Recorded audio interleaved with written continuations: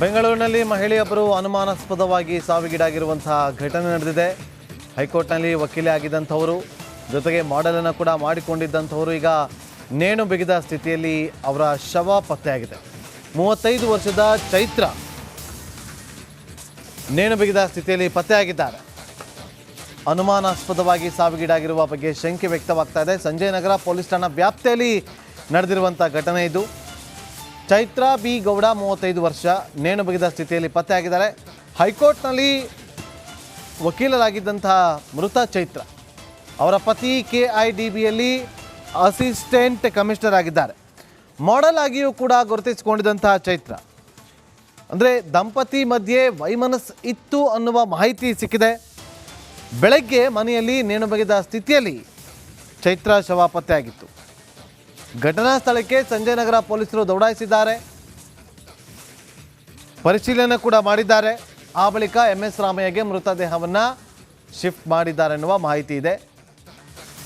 ದೃಶ್ಯಗಳಲ್ಲಿ ಗಮನಿಸ್ತಾ ಇದ್ದೀವಿ, ಇವರೇ ಆ ಚೈತ್ರ. ಮಾಡೆಲ್ ಆಗಿಯೂ ಕೂಡ ಅವರು ವೃತ್ತಿಯಲ್ಲಿ ಒಂದಷ್ಟು ಮುಂದುವರಿತಾ ಇದ್ದರು.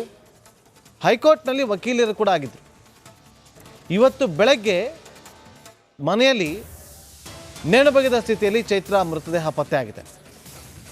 ಕೌಟುಂಬಿಕ ಕಲಹ ಅಂತ ಹೇಳಲಾಗ್ತಾ ಇದೆ. ಪೊಲೀಸ್ ತನಿಖೆಯಿಂದ ಮಾತ್ರ ಗೊತ್ತಾಗಬೇಕು. ಸಂಜಯ್ ನಗರ ಪೊಲೀಸ್ ಠಾಣೆಯಲ್ಲಿ ಪ್ರಕರಣ ಕೂಡ ದಾಖಲಾಗಿದೆ. ಮತ್ತಷ್ಟು ಮಾಹಿತಿಯನ್ನು ಕೊಡ್ತಾರೆ ನಮ್ಮ ಪ್ರತಿನಿಧಿ ನಾಗರಾಜ್ ಲೈವ್ನಲ್ಲಿ ಜಾಯ್ನ್ ಆಗಿದ್ದಾರೆ. ನಾಗರಾಜ್, ಏನು ಕಾರಣ?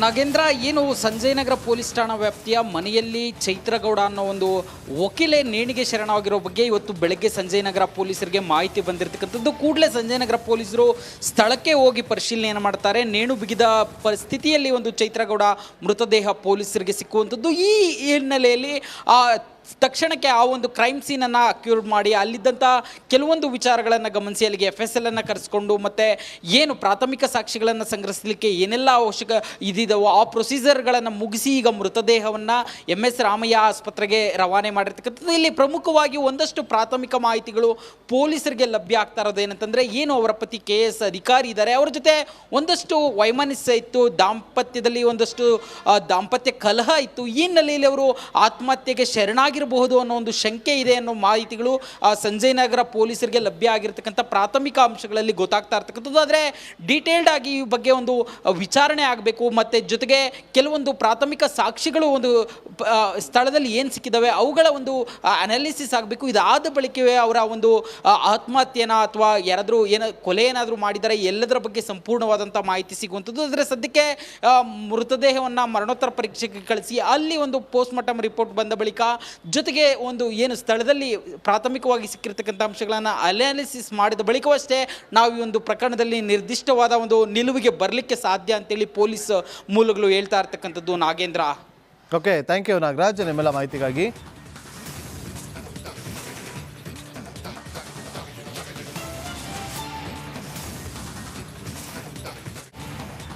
ದೇವರಾಜೇಗೌಡ, ವಕೀಲ ದೇವರಾಜೇಗೌಡ ಪೆನ್ ಡ್ರೈವ್ ಕೇಸ್ನಲ್ಲಿ ಪ್ರಮುಖವಾಗಿ ದೇವರಾಜೇಗೌಡ ರಿಲೀಸ್ ಮಾಡಿರುವಂಥ ಆಡಿಯೋ ಒಂದು ಸಂಚಲನವನ್ನು ಸೃಷ್ಟಿ ಮಾಡಿತ್ತು.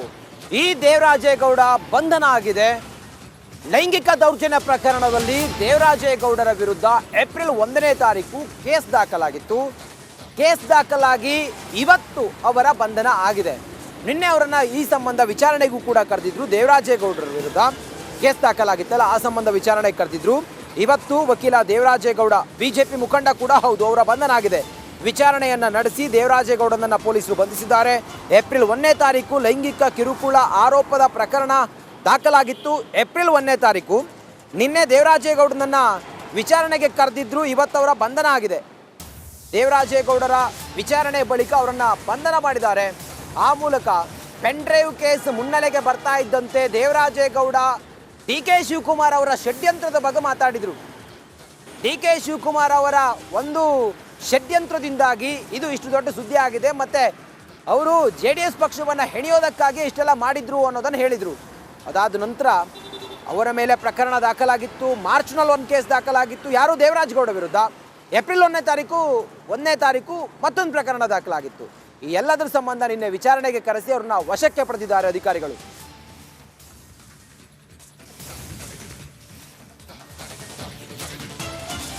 ಇನ್ನಷ್ಟು ಮಾಹಿತಿಯೊಂದಿಗೆ ಹಾಸನದ ಪ್ರತಿನಿಧಿ ಖುಷ್ವಂತ್ ಈಗ ನೇರ ಸಂಪರ್ಕದಲ್ಲಿ ಜಾಯ್ನ್ ಆಗಿದ್ದಾರೆ. ಖುಷ್ವಂತ, ದೇವರಾಜೇಗೌಡರ ವಿಚಾರಣೆಯಲ್ಲಿ ಏನೇನು ಮಾಹಿತಿ ತಿಳಿದು ಬಂದಿದೆ? ನ್ಯಾಯಾಧೀಶರ ಮುಂದೆ ದೇವರಾಜೇಗೌಡರನ್ನ ಪ್ರೊಡ್ಯೂಸ್ ಮಾಡಿದ್ರ? ಹೆಚ್ಚಿನ ವಿವರ ಏನಿದೆ ಖುಷ್ವಂತ್? ರಕ್ಷಿತ್, ಈಗಾಗಲೇ ದೇವರಾಜೇಗೌಡರನ್ನ ನಿನ್ನೆ ತಡರಾತ್ರಿ ಚಿತ್ರದುರ್ಗದ ಹಿರಿಯೂರಿನಲ್ಲಿ ವಕೀಲ ದೇವರಾಜೇಗೌಡ BJP ಮುಖಂಡ ಈತನನ್ನು ಬಂಧಿಸಿದ್ದಾರೆ. ಏಪ್ರಿಲ್ 1ನೇ ತಾರೀಕು ಲೈಂಗಿಕ ಕಿರುಕುಳ ಆರೋಪದಡಿ ಸಂತ್ರಸ್ತೆ ನೀಡಿದ ದೂರಿನ ಹಿನ್ನೆಲೆಯಲ್ಲಿ ದೇವರಾಜೇಗೌಡನ ಬಂಧಿಸಿ ಈಗಾಗಲೇ ನೋಡ್ಬೋದು ಹಾಸನದ ಹೊಳೆನರಸೀಪುರ ಸರ್ಕಲ್ ಇನ್ಸ್ಪೆಕ್ಟರ್ ಕಚೇರಿಯಲ್ಲಿ ವಿಚಾರಣೆಯನ್ನು ನಡೆಸ್ತಾ ಇದ್ರು. ಇವತ್ತು ಬೆಳಿಗ್ಗೆಯಿಂದ ವಿಚಾರಣೆ ನಡೀತು. ಹಾಸನದ SP ಮೊಹಮ್ಮದ್ ಸುಜಿತಾ ಮತ್ತು ಪೊಲೀಸ್ ಸಿಬ್ಬಂದಿಗಳು, ಪೊಲೀಸ್ ಅಧಿಕಾರಿಗಳು ದೇವರಾಜೇಗೌಡರನ್ನು ನಿರಂತರವಾಗಿ ವಿಚಾರಣೆಯನ್ನು ನಡೆಸಿ ಈಗ ಬಂದಿರುವ ಮಾಹಿತಿ ಪ್ರಕಾರ ದೇವರಾಜೇಗೌಡರು ಈಗ ಬಂಧನ ಆಗಿದೆ. ಈ ಬಂಧನ ನಂತರ ಅವರನ್ನು ವೈದ್ಯಕೀಯ ಪರೀಕ್ಷೆ ಮಾಡಿ ಜಡ್ಜ್ ಮುಂದೆ ಹಾಜರುಪಡಿಸುವ ಎಲ್ಲ ಸಾಧ್ಯತೆ ಇದೆ. ನಂತರ ಅಲ್ಲಿ SIT ಟೀಮ್ ಕೂಡ ಇವರನ್ನು ತಮ್ಮ ವಶಕ್ಕೆ ಕೇಳಬಹುದು. ಅಂತಿಮವಾಗಿ ದೇವರಾಜೇಗೌಡ ಪೊಲೀಸ್ ವಿಚಾರಣೆಗೆ ವಶದಲ್ಲಿದ್ದ ದೇವರಾಜೇಗೌಡ ಅಂತಿಮವಾಗಿ ಬಂಧನ ಆಗಿದ್ದಾರೆ. ಬಹುಶಃ ಇನ್ನು 1 ಗಂಟೆಗಳ ಅಂತರದಲ್ಲಿ ಅವರನ್ನು ಇಲ್ಲಿಂದ, ಅಂದರೆ ಈಗ ಏನು ವಿಚಾರಣೆಯನ್ನು ನಡೆಸ್ತಾ ಇದ್ದಾರೆ CPI ಕಚೇರಿ, ಇಲ್ಲಿಂದ ಅವರನ್ನು ನ್ಯಾಯಾಧೀಶರ ಮನೆಗೂ ಹಾಜರುಪಡಿಸುವ ಸಾಧ್ಯತೆ ಇದೆ. ರಕ್ಷಿತ್.